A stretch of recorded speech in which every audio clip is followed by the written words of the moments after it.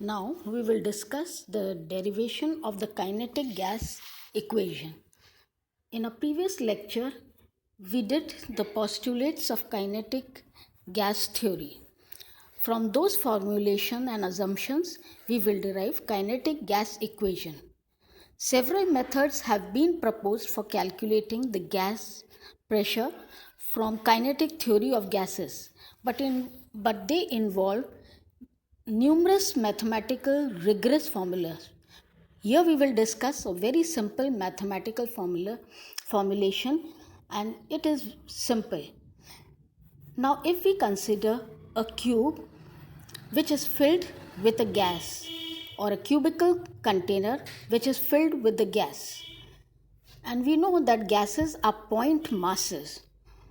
Now if it is enclosed in the cubical container, as shown in this diagram, we know that cube has 6 phases and all the phases are equal.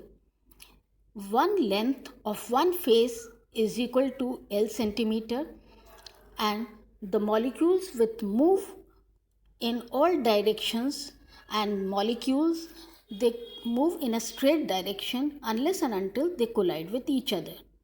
If we consider one molecule as a point mass, its movement can be resolved into 3 components along x, y, and z direction.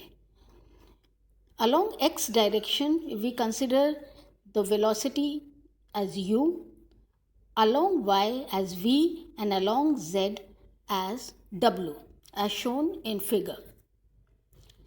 Now the velocity of the particles may be characterized as C1, C2, C3 for different molecules, but each molecule the velocity can be resolved into 3 which are right angled to each other and parallel to the sides of CG, CD, and CB as shown in the figure. The components of velocity u to CG has effect on the wall of EFGH and ABCD, but also has no effect on other walls. The molecules moving in this component velocity strike with the velocity u on these wall and rebounds back with the same velocity, since it behaves like a perfectly elastic solid. Now let us consider that the effect of one component of molecule is u of a molecule and calculate the change of momentum. The momentum before collision in the forward direction may be given as mu. The momentum after the collision will revert back in the opposite direction with negative sign, therefore it is equal to minus mu. Hence, the rate of change of momentum per collision of one component for the molecule will be mu minus mu, therefore it becomes twice mu. Since the direction between the opposite wall is L, the molecule will have the next collision after traveling a distance of L centimeter. Again, the molecules move u centimeter in 1 second, the velocity being u, and the number of collision per second will be u upon L. Hence, the rate of change of momentum per second of one molecule will be twice mu square upon L. Similarly, the change in momentum per second for other two component velocity, that is along y and z direction with the velocities u and v, the molecule will be twice mv square upon L and twice mw square upon L respectively. The total change of momentum per second for the molecule, when taken the sum of all these three, it becomes twice m upon L into the sum of the three components of the square of the velocities. Now this u square plus v square and z square is equal to c square from the dynamics. Now we consider that the change of momentum of other molecules moving with the same velocities C2, C3, C4 and so on when there are n molecules. The change of momentum per second for all the molecules will be given by this equation 2.1. It is not possible to obtain an equation by considering all the molecules' velocities separately. Hence, we take a relationship and calculate with respect to the root mean square velocities of the particle. Now c square is equal to c1 square square of all sum of all the velocities divided by total number of particles. Now root mean square velocity is given by this equation. Substituting this in the first equation, the value of the sum of the squares of the velocity in equation 2.2, the change of the momentum per second for all the molecule of the gas is given by this equation.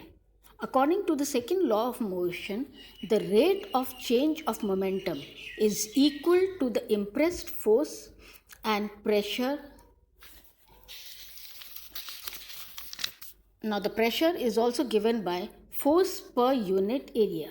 Therefore, in terms of pressure, we can apply it. Pressure is equal to force upon area.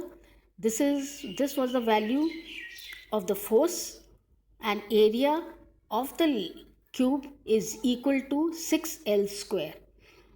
Substituting these values in the formula force upon area, we get the equation 1 upon 3 mn c square upon L cube.